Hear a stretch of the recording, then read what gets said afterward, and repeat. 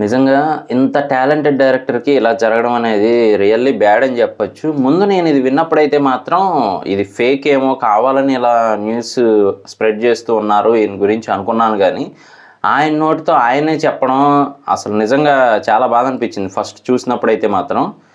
So ఇంతకీ ఏం జరిగింది ఏంటి అంటే గనక మన ప్రశాంత్ నీల్ గారు ఉన్నారు కదా! అదేనండి 'కేజీఎఫ్', 'సలార్' డైరెక్టరు. సో ఆయన స్టార్టింగ్ స్టేజెస్‌లో అంటే ఫస్ట్ మూవీ ఏదైతే ఉందో 'ఉగ్రం' అనే మూవీ, ఆ మూవీ తీసేటప్పుడు ప్రొడ్యూసర్ గానీ, లేదు అంటే మొత్తం షూట్ అయిపోయిన తర్వాత దానికోసం కొనే డిస్ట్రిబ్యూటర్స్ గానీ ఎవరు ముందుకు రాలేదంట. సో ఆ టైంలో ఆయనకి ఇంకేం చేయాలో తెలియక అంటే అప్పుడే ప్యాషనేట్‌గా ఉన్నారంట బాగా. ఏది డైరెక్షన్ మీద బాగా ప్యాషనేట్‌గా ఉన్నాను. కాకపోతే ఆ టైంలో నాకు ఏ ప్రొడ్యూసరు దొరకలేదు. అట్‌లీస్ట్ థియేటర్స్‌లో రిలీజ్ చేద్దామంటే డిస్ట్రిబ్యూటర్ కూడా దొరకలేదు అని చెప్పి ఆయనే చెప్పారు. నిజంగా సపోర్ట్ లేకపోయినా గానీ ఆయన తన సొంత ఇంటినే అమ్మేసి అంటే ఆయన ఓన్ హౌస్ ఏదైతే ఉందో దాన్ని అమ్మేసి ఆ డబ్బులతో ఆయనే మూవీని రిలీజ్ చేశారంట. కాకపోతే ఆ మూవీ కూడా సరిగ్గా ఆడలేదంట. అంటే జనాలు ఎవరు ఎక్కువగా చూడలేదు. తెలిసిందే కదా! కొత్త సినిమా, కొత్త హీరో లేదు అంటే కొత్త డైరెక్టరు ఇలా కొన్ని ఏవైతే ఉంటాయో ఆ సర్కిల్ దాటి బయటికి రాలేకపోవడం. సో దానివల్ల ఈయన కొత్త డైరెక్టరు అలాగే మరి ప్రొడ్యూస్ కూడా ఈయనే చేసుకున్నారు కాబట్టి ఇంకా ఎవరు ఎంకరేజ్ అయితే చేయలేదంట. సో దానివల్ల ఆయన ఇల్లు అమ్ముకొని చాలా ఫైనాన్షియల్‌గా ఇబ్బంది పడ్డాను. ఆల్మోస్ట్ అప్పుల్లోకెళ్ళి డిప్రెషన్‌లోకి వెళ్ళిపోయానని చెప్పి అయితే ఆయన షేర్ చేశారు ఇంటర్వ్యూలో. సో అప్పుడే తనలో ఉన్న ప్యాషనేట్ డైరెక్టర్ చచ్చిపోయాడు అని చెప్పి ఆయన నిజంగా అలా ఓపెన్ అప్ అయ్యి చెప్పడం అనేది చాలా బాధాకరం అని చెప్పొచ్చు. ఆయన బాధంతా కూడా ఎక్స్‌ప్లెయిన్ చేశారు. ఇలా జరిగింది, ఇలా జరిగిందని.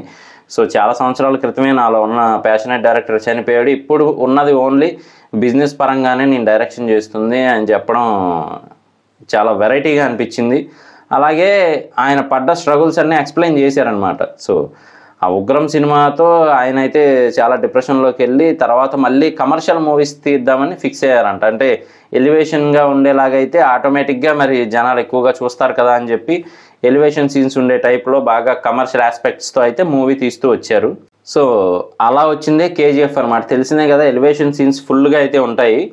సో ఆ మూవీ చాలా పెద్ద సక్సెస్ సాధించింది. పార్ట్ 1 తర్వాత పార్ట్ 2 ఇంకా పెద్ద సక్సెస్ అయితే సాధించింది. ఇప్పుడైతే మరి 'సలార్' తీశారు. ఈ 'సలార్' కూడా చాలా పెద్ద హిట్ అయితే అయిందనమాట ఫస్ట్ పార్ట్. సో మరి సెకండ్ పార్ట్ కూడా రాబోతూ ఉంది. అదే ఇంకా కమర్షియల్ మూవీస్, ఎలివేషన్ సీన్స్ ఇవి ఉండేలాగైతే చూసుకుంటాను అని చెప్పి ఆయన చెప్పడం నిజంగా అంటే ఇంకా ఆయన పడ్డ స్ట్రగుల్స్‌కి ఆయనే ఒక డెసిషన్ అయితే తీసుకున్నారు. సో ఇప్పుడైతే మొత్తానికి 10 ఇళ్ళు కొన్నారంట. సో ఇది కూడా ఆయనే షేర్ చేసుకున్నారు. అప్పుడు ఉన్న ఇల్లు అమ్ముకోవాల్సి వచ్చింది. కానీ ఇలా తీయటం వల్ల జనాలు చూడటము అలాగే ప్రాఫిట్స్ రావటం వల్ల 10 ఇళ్ళు కొనుక్కున్నాను అని చెప్పి ఆయన చెప్పారు. సో ఏది ఏమైనప్పటికీ కూడా ఆయనలో ఉన్న ప్యాషనేట్ డైరెక్టర్ అయితే అప్పుడే చనిపోయాడు అని చెప్పి చెప్పడం నిజంగా బాధాకరం అని చెప్పొచ్చు. సో ఇలాంటి ఇంట్రెస్టింగ్ అప్డేట్స్ కోసం అలాగే లేటెస్ట్ మూవీ అప్డేట్స్ కోసం మన ఛానల్ వెంటనే సబ్స్క్రైబ్ చేసుకోండి. నేను మీ ప్రసాద్. మళ్ళీ నెక్స్ట్ వీడియోలో కలుస్తాను. Love you all.